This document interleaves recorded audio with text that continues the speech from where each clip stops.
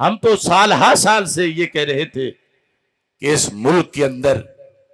نادیدہ قوتیں، مختلف قسم کے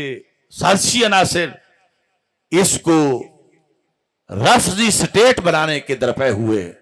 جس کی وجہ سے مزاروں پر قبضہ کیا جا رہا ہے، مساجد پر، مدارس پر،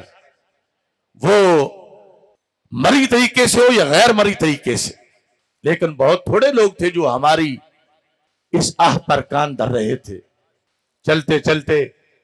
اب حضرت عبداللہ شاہ غازی رحمت اللہ علیہ جیسی درگاہ،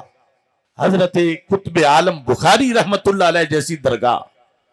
حضرت غیب شاہ بخاری رحمت اللہ علیہ جیسی درگاہ، وہ سندھ حکومت نے اس کی روافظ پر مشتمل کمیٹیاں بنا دی۔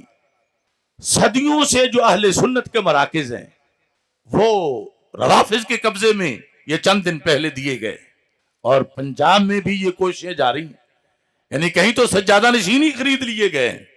وہاں تو اب اور قبضے کی کیا ضرورت ہوگی، اور کہیں اس انداز میں کہ ایسی سرکاری کمیٹیاں بنائی جا رہی ہیں کہ جس کے بعد وہاں پر جو مذہبی تشخص ہے ان جگہوں کا وہ بدل دیا جائے گا معاذ اللہ، اور بہت سی جگہوں پہ بدلا گیا ہے۔ آج اس سلسلہ میں سنی ایکشن کمیٹی کراچی کا بھی اجلاس ہوا، اور ہم بھی اپنی طرف سے یہ آواز بلند کر رہے ہیں کہ ایسی تمام درگاہیں جو کہ اہل سنت و جماعت کے انتظام میں ہیں، اور اہل سنت و جماعت ہمارے بزرگوں کی ہیں، وہ مراکز اور وہ دربار سنی علماء و مشائخ کے ہیں، لیکن اب کہیں بد عقیدہ خوارج قبضہ جمائے بیٹھے ہیں، اور کہیں بد عقیدہ روافظ قبضہ جمائے بیٹھے ہیں، اور اہل سنت کو کھڈے لائن لگانے کی سازشیں کی جا رہی ہیں۔ کیا آپ اس بات کی حمایت کرتے ہیں کہ مراکز اہل سنت، ان کو مراکز اہل سنت ہی رہنے دیا جائے؟ لہذا سندھ حکومت نے جو وہ ناجائز قبضہ گروپ کمیٹیاں بنائی ہیں وہ واپس لے، اور ایسے ہی داتا دربار کے لحاظ سے بعض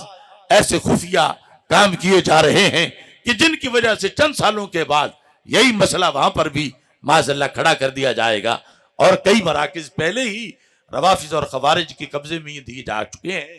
ہم واضح کرنا چاہتے ہیں کہ ان بزرگوں کے ہم مانوی اور روحانی وارث موجود ہیں، اور ہمارے ہوتے ہوئے ہم ان کا انتظام و انصرام اچھی طرح نبھانے والے ہیں، اور ہم کسی ایسے قبضہ گروپ کو برداشت نہیں کریں گے جو ہمارے ان مراکز پر ان کے مذہبی تشخص کو بدلے، اور اس جگہ کوئی کسی اور طریقے سے بد عقیدہ لوگوں کو یہاں پر داخل کیا جائے۔ یہ قرارداد آپ کو منظور ہے؟ جاگنے کی ضرورت ہے اور جاگتے رہنے کی ضرورت ہے۔ ہم وہ جب کرتے ہیں اتنی بڑی واردات تو اسے کوئی بندہ فرقہ واریت نہیں کہتا، لیکن ہم جب ان کی واردات کا جواب دیتے ہیں تو ہمیں کہتے تم فرقہ وارانہ باتیں کر رہے۔ ہم بھی کرتے ہیں تو ہو جاتے ہیں بدنام، وہ قتل بھی کرتے ہیں تو پرچہ نہیں ہوتا۔ یعنی اس قدر اہل سنت کے ساتھ سوتیلی ماں والا سلوک کیا جا رہا ہے، اور اس کا دیگر ظالموں نے تو ظلم کرنا ہی ہے، لیکن جو مظلوم ہے کم از کم وہ بھی تو جاگیں اور جاگتے رہیں، اور اس آواز کو مضبوط کریں کہ جو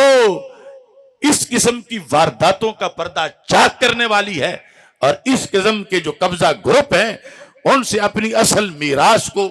واپس لینے والی ہے۔ اس بنیاد پر آپ سارے حضرات کے لیے اس مرکز اہل سنت و جماعت سے فکر رضا کا یہ پیغام ہے کہ سونا جنگل رات اندھیری چھائی بدلی کالی ہے، سونے والوں جاگتے رہنا چوروں کی رکھوالی ہے۔